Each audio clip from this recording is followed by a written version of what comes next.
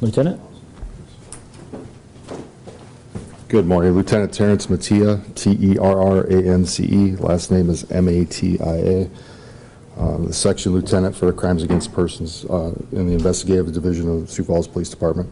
Just want to give you an update on the recent homicide that we had last week on October 8th.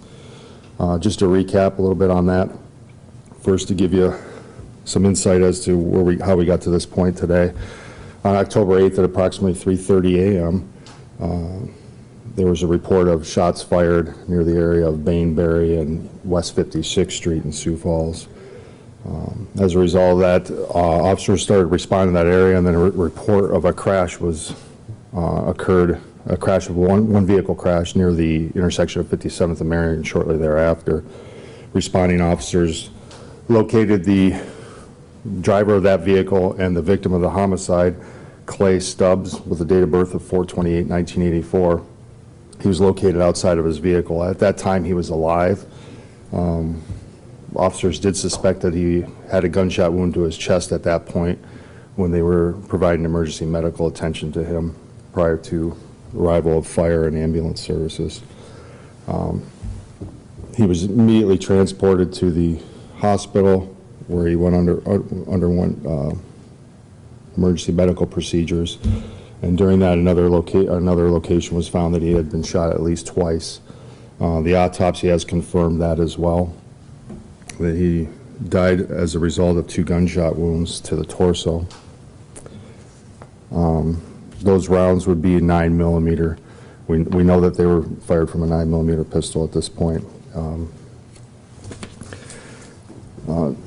As we continue the investigation, we were able to locate several individuals that were responsible for meeting with the victim in this case. It was a prearranged meeting for the purchase of marijuana, at least a pound of marijuana for a substantial amount of money. During that meeting that took place just west of that location, some sort of disagreement occurred of past debts that were owed for other drugs in the past. As a result of that, the shots were fired and the victim was injured. 2 of the people responsible, we believe are responsible and have issued arrest warrants for, are for Lowell Patrick Loberg. His first name spelling is L-O-W-E-L-L, middle of Patrick with the common spelling. Loberg is L-O-B-E-R-G. His date of birth is 7/27/1981. He is currently not in custody at this time, and he's somewhere in the state, and the Fugitive Task Force is aggressively looking for him to serve this warrant to get him into custody. The second subject, Ryan Knoll, Loberg will be in custody. Adlin is who we're looking for still, so I retract that. Ryan Knoll Adlin is the second subject. Middle name spelling is N-O-E-L. Last name is A-A-D-L-A-N-D, and his date of birth is 9/30/86.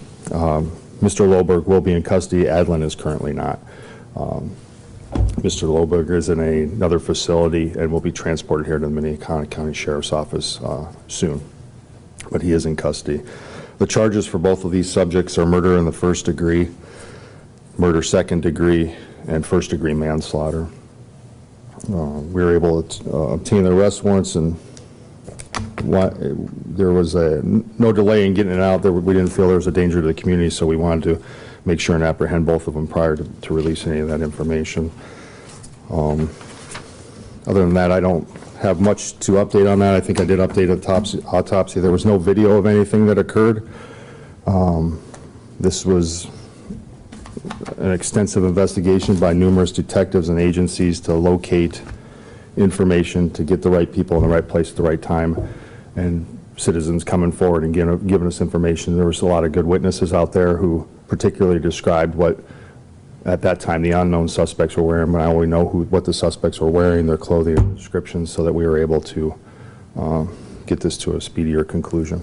So, did you have any? Yes, Ms. Kent. Loberg was found here in the city of Sioux Falls. Do you know what address he was found at? I don't know the exact address. Let me look that up for you. I would say, I'm going to say the 5600 block. No, that would be incorrect. 5400 block of West 56th Street. So where the shooting occurred? No, actually, no. The shooting took place just west of there, closer to Bainbury, not at that location. You said no danger to the public. Nope. Right now, and I'm not going to, the information we have on Mr. Adlin is there's a presumption they know where he's at.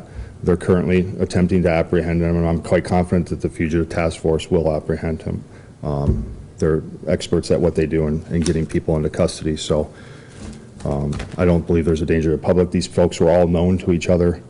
They had prearranged and met. They have done that on numerous occasions prior to this for the same type of activity and transactions, so I don't see that it's a danger for the public at this time.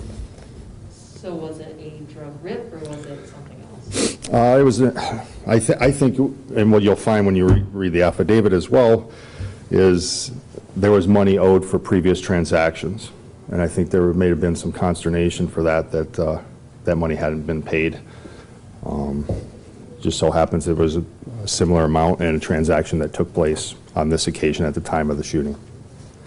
So not a drug rip, but involving a drug deal? Yes, just a drug deal, transaction, yep. Okay. And which facility is Lilburg in right now?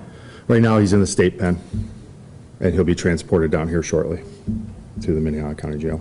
Have you recovered that gun at all yet? Have not recovered the firearm yet. However, we do have, there's several items of evidence that were left behind, obviously, some shell casings and bullets and things like that. A vehicle was struck, not involved vehicle, someone whose vehicle was parked next to the victim's car at the time of the shooting. A bullet did hit that, and we do have recovered that. So we have plenty of forensic evidence and things that will help us with the science of it. And then were there any other drugs in the car or was it just the marijuana? Yep, there was methamphetamine in the vehicle as well. And then just to specify, the victim was the one purchasing the drugs, not selling. Excuse me? The victim was purchasing the drugs, not selling the drugs. No, he was selling the drugs. He was selling them to Yep. to that shop. Okay. Yep.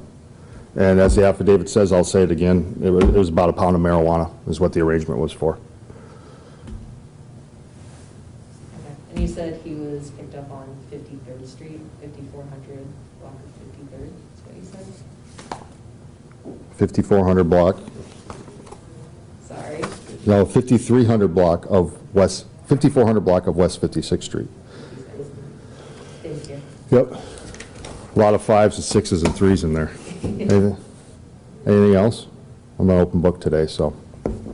No. Just as far as timeline, was the victim shot and then got into his car, or was he shot in the car when the shots were fired?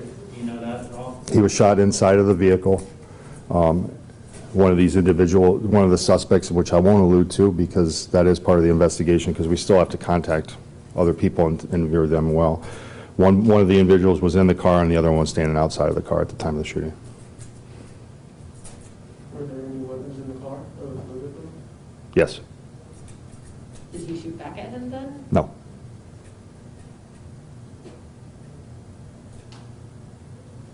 right.